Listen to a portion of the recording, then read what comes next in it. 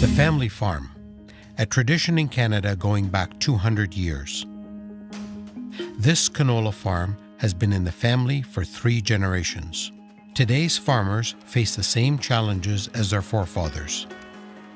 Weather, soil fertility, pests, commodity prices. But today's farm is radically different from the romantic ideal. Today's farm is a vast and complex enterprise employing cutting-edge technology. From breakthroughs in genetics, communications, and chemistry, we grow our food more quickly with less energy, less environmental impact, and in greater abundance than ever before. In fact, no society in history has enjoyed the variety and abundance of food that Canadians now have. But farmers face a new challenge. Consumers and activist groups have called into question: has technology made our food different? Is our food safe?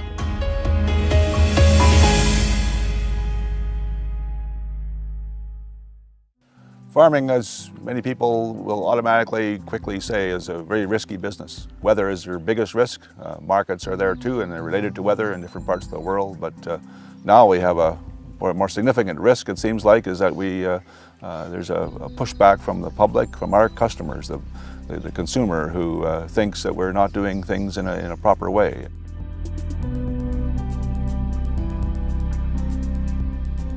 We as producers rely on the consumer as our customer, and we want to produce the best, healthiest product we can. Public fears about food safety are putting pressure on government and decision makers to restrict the approval of GM foods, like the oil from the canola grown here, and to ban the use of certain pesticides. Canada's food certification process is already one of the strictest in the world. But will it become so restrictive that farmers will lose their choice about how they manage their crops? Canadian farmers have never before faced a challenge of this magnitude. I've tried to pay attention to what's happening in Europe and other parts of the world, and I've seen where farmers are more legislated, there's more regulation that is coming down, there's a lot of misinformation, and that worries me. And so farmers are really facing questions about how they produce food, because it's such an important part of every family. How is it that this food comes to be on my plate, and is it safe? The vast majority of the population is so far removed from agriculture that for the first time ever there's a huge disconnect. Their conceptions are still stuck in the 1940s, 1950s. They're still stuck in the mom and pop, really small farm, and a lot of things have changed since then. These days, when there's so much controversy about many nutritional issues and many farming issues, people are confused, they're bewildered, they don't know who to listen to. They're researching those aspects of agriculture, but what they're finding isn't always true, isn't always scientific, and for the most part is not directly from the source. There is money in the anti-farm movement. Someone's making money off it. They're selling an alternative, and farmers are paying the price. A lot of the activists, who promote what I consider are illegitimate fears about our food, do it very well. You have to give them begrudging respect for their activism. They come out with very romanticized arguments, not scientifically based, but very, very compelling. If farmers don't rise to the occasion and start telling their own stories and proactively sharing information about their farms, about their production practices, about their values, farmers are going to see increased legislations that aren't coming from a place of agronomy. They're not coming from a place of agriculture. They're going to be coming from politics. Farmers like my dad will be forced to change how they grow food. In Europe would be a perfect example. They don't have the option to grow genetically modified seeds. What kinds of regulations are going to be put into effect? The automakers have more influence than farmers do. So it's really important that we are able to explain to people what it is that we're doing and let them know just how safe their food is. I'm a city girl and married a farmer, and we've been married for 29 years. And it's been a steady learning curve for me, learning what farming is all about.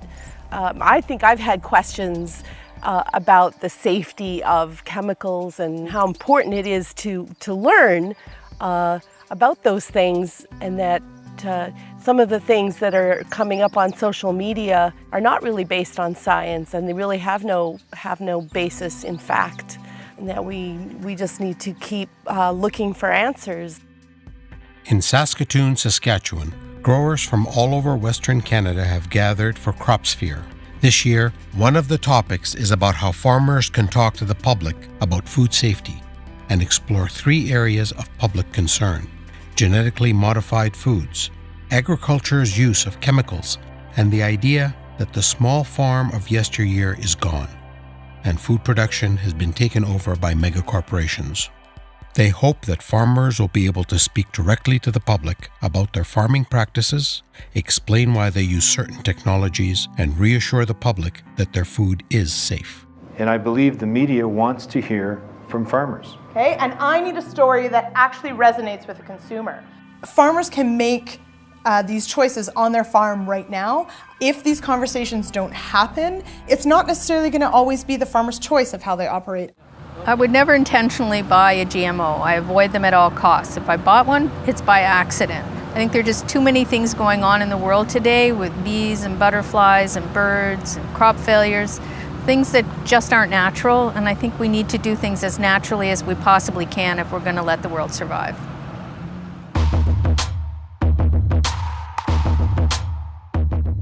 The first concern is that genetically modified foods are substantially different from the varieties that we have always had in our food supply and are unsafe for human or animal consumption. People are also concerned that genetically modified seeds create genetic pollution in the environment and will have unforeseen effects on the ecosphere. Everything we eat is genetically modified from its wild ancestors, but if this was done a few thousand years ago, people are less concerned than if it was done in a lab yesterday. Humans started working and developing agriculture about 10,000 years ago. People have hybridized plants to make new crops, and they were eventually able to recognize that you could make crosses of different strains within the same species.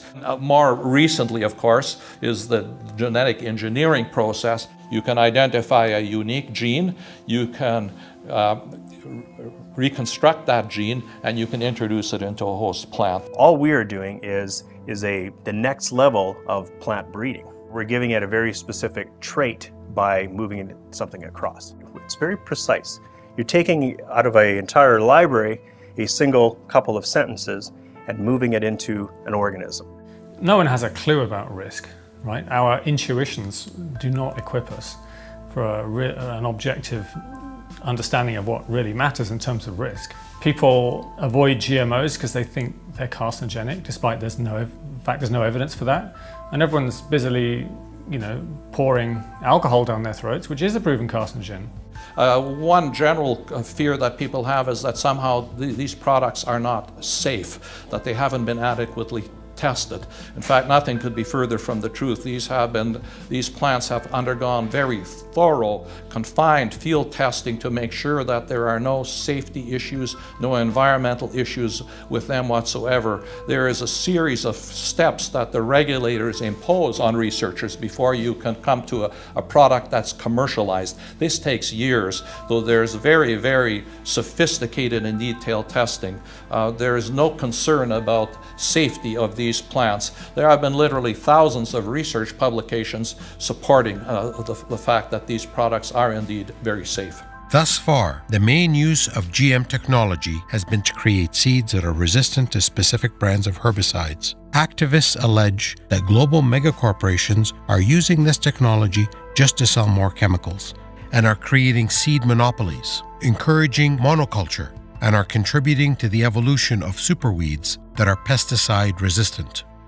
In the case of glyphosate resistance, what the researchers found back in 1975, that there was a particular kind of soil bacterium which was resistant to glyphosate, and they managed to take the gene from that bacterium that rendered it resistant and implanted it into the genome of canola. And using the canola example for herbicide tolerance, if you take the seeds of that plant and extract the oil and bottle it for vegetable oil, you cannot tell the difference from that oil in that bottle from one that has been produced from organic canola or conventional canola. So there's been no engineering of the oil, which is another misunderstanding. You know, in the UK there's no GMOs and we've already got 50 herbicide-resistant superweeds, so-called. Except no one calls them superweeds because they don't exist with GMOs. But the point is, you will never beat evolution. And using any kind of crop protection, whether it's the pesticide or the pest-resistant crop, puts a selective pressure in the environment for those pests to evolve resistance. But that doesn't mean you shouldn't try, and it doesn't mean you shouldn't use the technology in a sensible way to try and forestall resistance for as long as possible. It's like saying we shouldn't use antibiotics because of antibiotic resistance. So therefore everyone needs to go back to dying of pneumonia and other preventable diseases. Now that's dumb, but it's just as dumb to say that in agriculture. In spite of the concerns about genetically modified foods, why are farmers so confident that GM technology is not only safe, but that consumers and environmentalists should be actively supporting GM technology? Golden rice is an excellent example of a GM crop that has direct human health benefits. Of course, rice is generally consumed as a white rice, and it's consumed that way in many parts of the world, including the tropics. Many of these people are very short of vitamin A, and this results in very serious health problems such as night blindness. It really is the cause of terrible diseases and many deaths. And golden rice has been developed through GM technology, and it's been demonstrated that you could consume that rice and you could receive enough vitamin A. Unfortunately, that rice has not been released commercially, even though it has been developed about 12 years ago for commercial release, simply because of the fear-mongering and the activist concerns. It's really a tragedy. But everything else remaining equal, if you can get a seed which gives you a better harvest in a dry year, then you've got to be better off. And that's the situation for a lot of farmers in sub-Saharan Africa. This is what we have with genetic modification. The potential is there, it's tremendous. We have the possibility of crops that require less water. We have the possibility of taking specific genes from broccoli, let's say, health-promoting substances, and putting into potatoes. I mean, all of these things are possible, but we're at the forefront of this technology. So it would be crazy to cut it off. Insect-resistant crops, which have been bred using biotechnology, and BT is a great example, allow farmers to reduce their use of insecticide. Now that's a good thing for sustainable agriculture because you have less chemical pollution on the land. I don't see any reason why using modern genetics in crop breeding should be rejected. It's illogical, and in fact ultimately it's counterproductive for the environmental objectives that we all share. All we can say is that based on the scientific knowledge that we have today, the benefits greatly outweigh the risks. And added to that is the fact that we have a lot of scientific knowledge. We're not just guessing. So there's no credible evidence at all that anybody has ever been harmed by consuming genetically modified foods. I am worried about the pesticides in our food. I'm worried as well that even if you buy organic, it doesn't really mean organic, because I think that pesticide use is so widespread that you're getting food that's affected by pesticides even when you try to buy organic.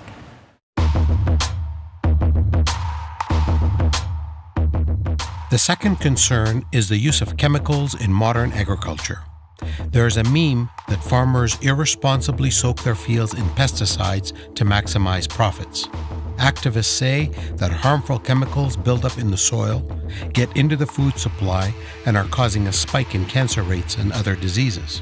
Most people, when they see that sprayer passing, they think, oh my goodness, look at all the material coming out of that spray boom and those nozzles, and look at all the mist that's being created.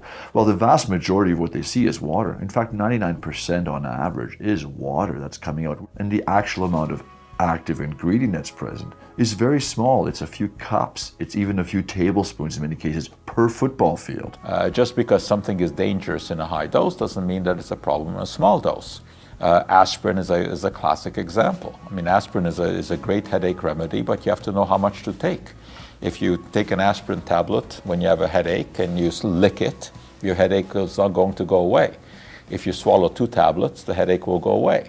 If you swallow a whole bottle of tablets, you will go away. We wouldn't use a chemical product on our crop if it didn't need it. We use those products to address a very specific concern. It may be a disease concern, it may be an insect concern, But rest assured, the products that we're using are specific and necessary for the viability and health of that plant. Pesticides are a revolutionary technology in agriculture. They're incredibly targeted in what they do. So they'll inhibit mechanisms in plants that simply don't occur in insects or fish or humans. They don't have a place to go in the human body. So that's a real powerful basis for their safety. The PMRA, for example, uses sophisticated models to determine the exposure of someone to the product. They know the level that is safe, 100% safe for that individual, and then they will impose an additional safety factor. They'll, for example, say, no, we want it to be 100 times less than that to make sure that the vulnerable are also protected. This is why we have regulatory agencies, who are not manned by uncaring people. They're good scientists, they do good work, and their job is really to protect the public, not to undermine public health. Anyone who avoids eating fruits and vegetables or grains because they're worried about the pesticide residues is doing themselves a disservice. It comes down to risk benefits. The benefits of all the nutritional components of plant foods outweigh any of the risks that may be there because of pesticide residues or anything to do with genetic modification. Just because someone is a conventional farmer doesn't mean they're not also an environmentalist. It doesn't mean that a farmer doesn't also worry about the safety of the food that they feed their family. The other thing to think about is that farmers are the people who are actually using these things. So they're the ones who are the most concerned about spraying something too close to their house or too close to their school, or that they're actually the ones who are pouring it into tanks. So if they had any concern whatsoever that some of these products were unsafe to use or unsafe for the environment, they would be the first ones affected and the first ones to make sure that they weren't used. The old insecticides are like your family car from 1965. It had a big V8, it got a whopping 10 miles per gallon. The new car is a Tesla. It's electric. It doesn't pollute. Sometimes Teslas catch fire. We've seen those. Ban all electric cars forever. Is that the answer to that problem? According to the experts we interviewed, there is a surprising twist in this story. Farmers look to the cutting edge of chemical technology to protect the environment and make sure our farms are sustainable for generations to come. There's a good news story out there that very few people appreciate. The use of these technologies has allowed farmers here to go to continuous cropping, which is a phenomenal development. We're not dealing with those terrible dust storms we used to have when we had to summer fallow because we couldn't use continuous cropping methods. These methods of production have actually restored millions of tons of carbon into the soil. In other words, we've contributed to the problems of climate change by capturing carbon dioxide. I feel very positive about the sustainability of our agricultural systems using these new technologies.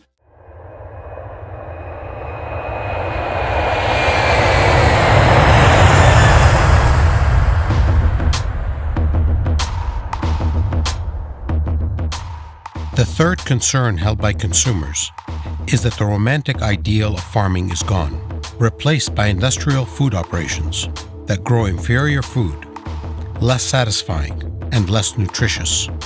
Many people also believe that farmers are forced to buy seeds from certain companies, are virtual slaves to unfair policies, and are no longer in control of their land or the crops they grow.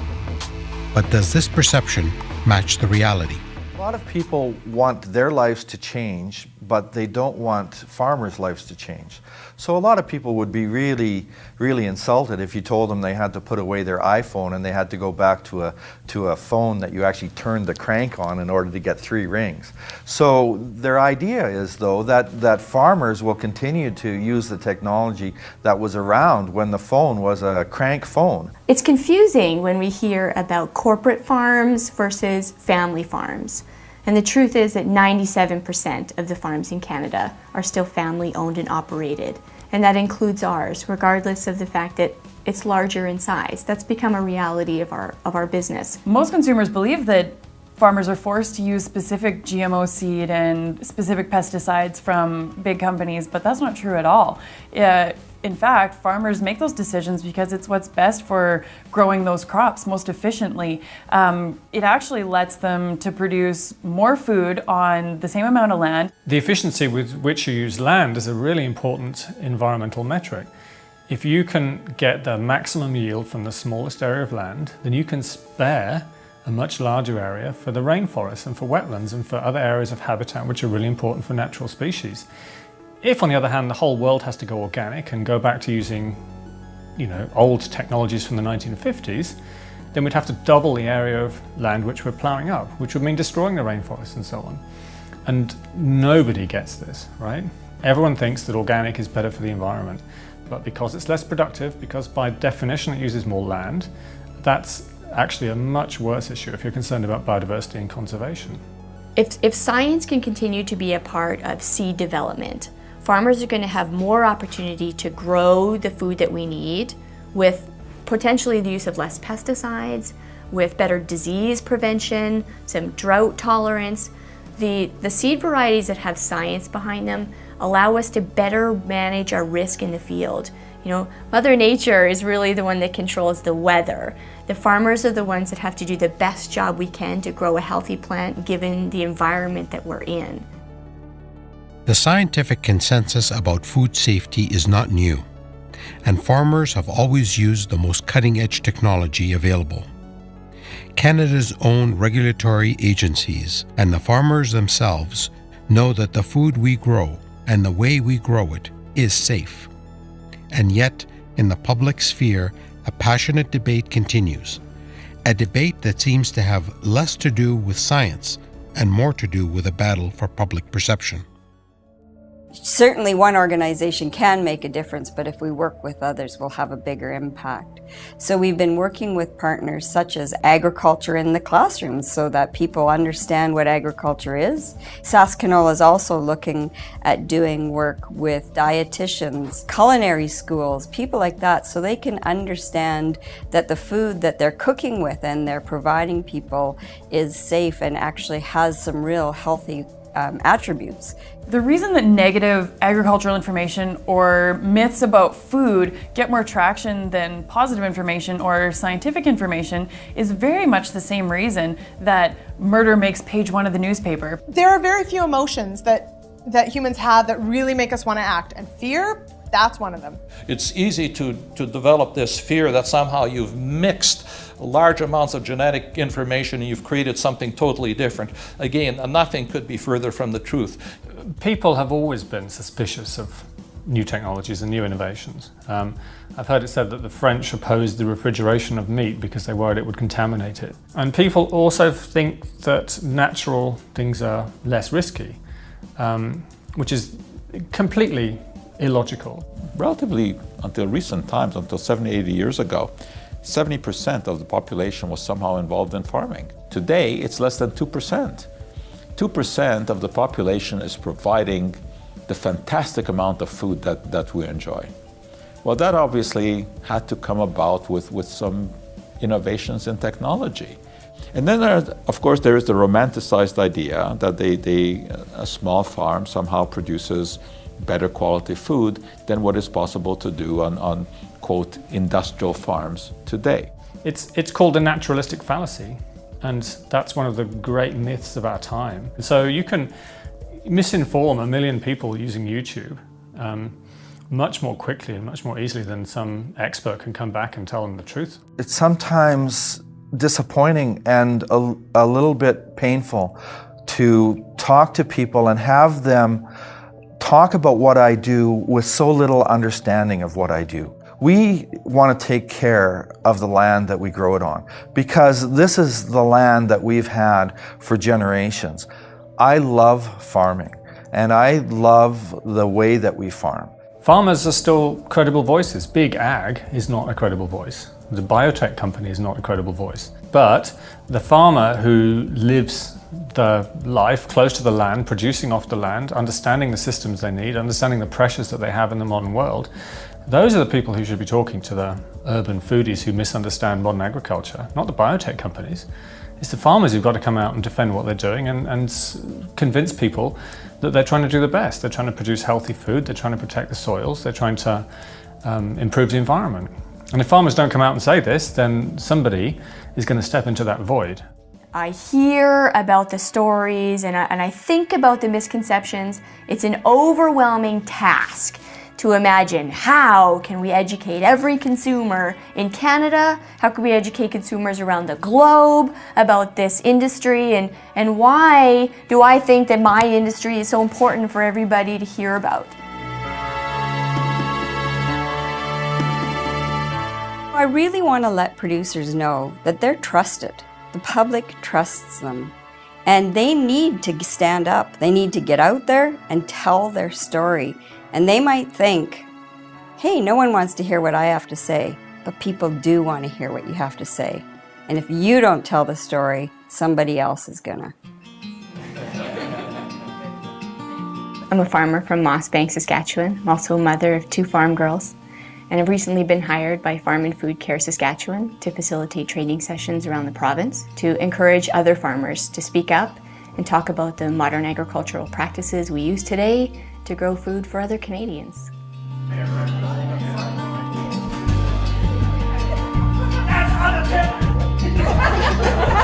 I'm glad you brought that up, because actually the reality is that 97% of the farms in Canada are family owned and operated.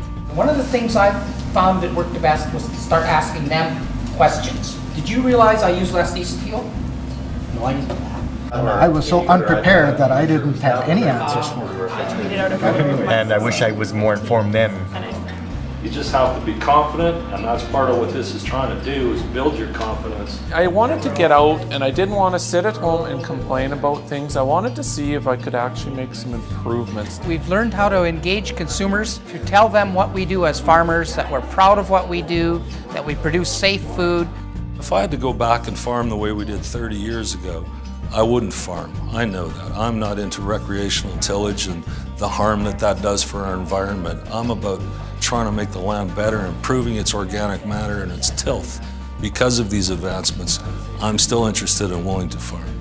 One of the things that I find rewarding is to see that aha moment in people's eyes. Maybe they were confused or upset even.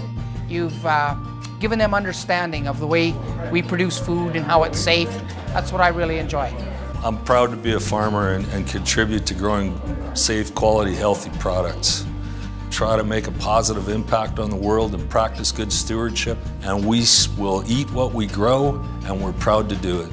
I love what I do. I've no 63 years old with no retirement plans whatsoever. They'll drag me out in the box probably.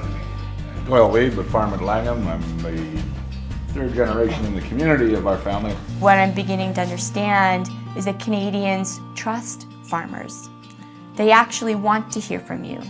They're less concerned about the studies and the science. They're really just interested in why it is I care so much about the food that I grow on my farm operation. And that's given me the motivation to say, yeah, I can participate in this conversation as a farmer. With every sort of added regulation or policy that gets put into place based on consumer concerns as opposed to scientific concerns, the ways and means that farmers produce food could very much be under threat. If farmers don't stand up and speak out and become their own advocates and tell their own stories, this trend of other people telling their stories for them is going to continue, and it's going to grow exponentially.